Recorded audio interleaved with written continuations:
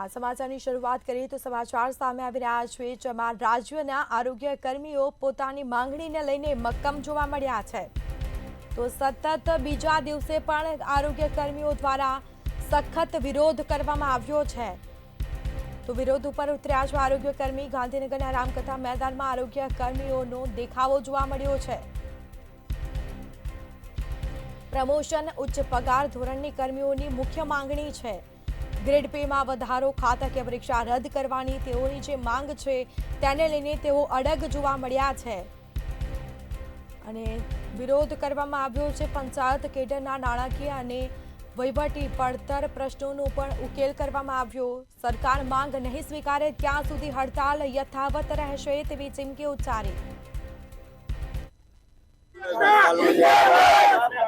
મારું નામ ભાવના છે. હું કચ્છથી આવી છું અને હું કચ્છ મહામંડળમાં મુખ્ય કન્વીનર છું.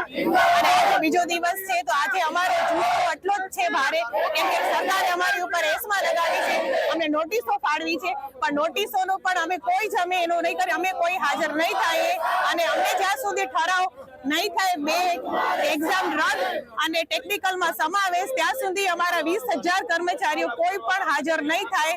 ગમે તેવી એસમાં લગાવે કે ગમે તેવી નોટિસો ફટકાવે, કોઈ હાજર નહીં થાય. અને બીજા દિવસે પણ અમારા લોકોનો કર્મચારીનો જુસ્સો એટલો જ છે ને એટલો જ રહેશે. કર્મચારી એકતા જિંદાબાદ. બોલો કઈ માંગણી માટે? હા, જોરથી. મારું નામ ડાકર મુકીલાબેન સાંજી છે, સાંજીભાઈ છે, અને અમે લોકો ભુજ કચ્છથી અહીંયા અમારી જે મુખ્ય માંગણી છે એના માટે આવેલા છે. અને સરકાર સમક્ષ અમારી મુખ્ય માંગણી એ છે કે અમારું જે ટેકનિકલ કેડર ભણી અને અમારો ગ્રેડ પે વધારવામાં આવે. અને બીજી માંગણી છે કે અમારી સરકાર માંગણી નહીં સંતોષે તો શું કરશો? એસમાં લગાડ્યો છે. હા, ગઈકાલે અમારા લોકોને